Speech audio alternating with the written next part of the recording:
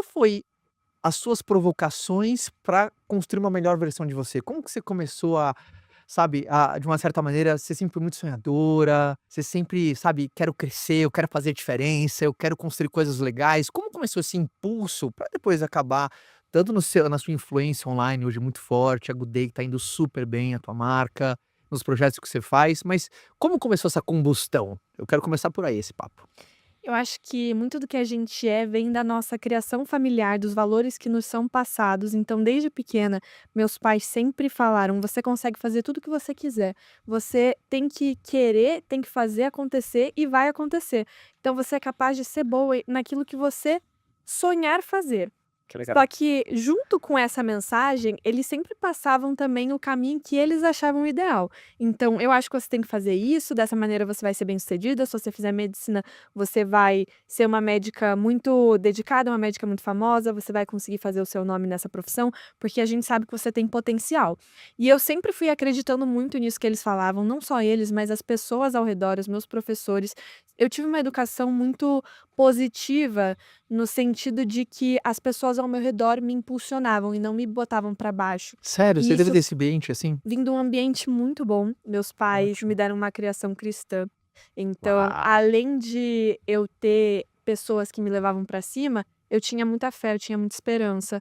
E no meu coração eu sempre tive uma mensagem muito forte, que foi: no final tudo dá certo. Eu tenho isso até hoje, é uma crença muito forte, uma fé muito viva de que no final tudo sempre dá certo. Só que eu fui essa criança, essa pré-adolescente, e na adolescência eu entrei num buraco, más influências, ambiente muito ruim, comecei a tomar más decisões e eu mudei completamente da criança alegre, espontânea que eu era, para uma garota insegura, sem um pingo de amor próprio. A minha influência, o meu ambiente era muito negativo, as pessoas eram muito depressivas também e ansiosas. Então eu fui desenvolvendo esses problemas também. Eu vejo que o peso do ambiente na minha vida foi muito grande, só que eu não tinha consciência de que o ambiente estava me fazendo aquilo, eu achava que o problema era meu, eu achava que eu não tinha mais saída, eu me via no final do túnel, no fundo do poço. Só que sempre com aquela mensagem dentro de mim. Então eu me via num lugar muito ruim, e aí na segunda-feira eu tinha um impulso de: "Eu preciso fazer diferente". Só que aí, final de semana seguinte, eu me colocava no limbo de novo, porque eram as minhas decisões que me colocavam num lugar ruim, que faziam com que eu me sentisse ruim com o que eu fazia, com quem eu Uhum, era, uhum. porque eu não me reconhecia mais, e depois eu tentava melhorar de novo.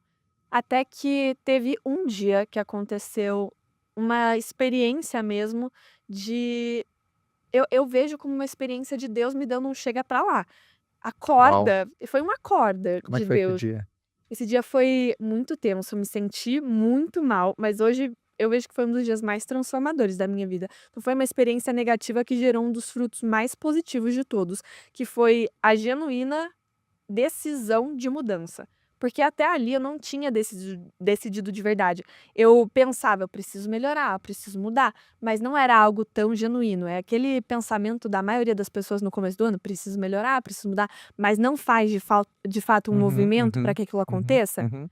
Aquilo estava acontecendo na minha vida, porque eu não me via vivendo de outro jeito, era muito confortável, ainda que fosse muito desconfortável, porque era o jeito que eu sabia viver. Então eu sabia viver muito mal, eu sabia comer mal, eu sabia ser sedentária, sabia sair final de semana e beber todas, e conseguir manejar aquilo de maneira que no final não fosse tão ruim assim, Uhum. mas o ruim era uma vida muito negativa que não ia me levar para o lugar onde eu queria chegar. Na verdade, não ia me levar para lugar nenhum. Então, nesse dia que Deus me deu esse chega pra lá, e realmente foi algo difícil de falar que não teve mão de Deus, porque pra mim foi muito claro, decidi mudar.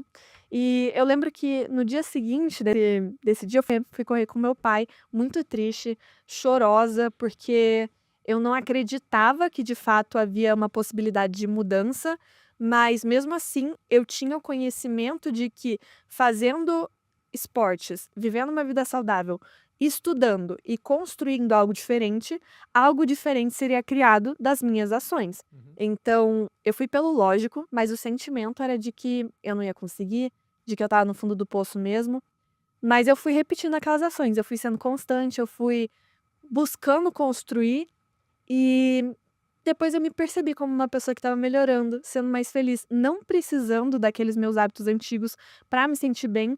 Na verdade, eu estava me sentindo muito melhor do que antes e eu precisei dar esse primeiro passo sem acreditar de fato, mas ao mesmo tempo sabendo que ia melhorar, porque fatos são fatos. Se você construir hábitos saudáveis, você vai ser uma pessoa saudável.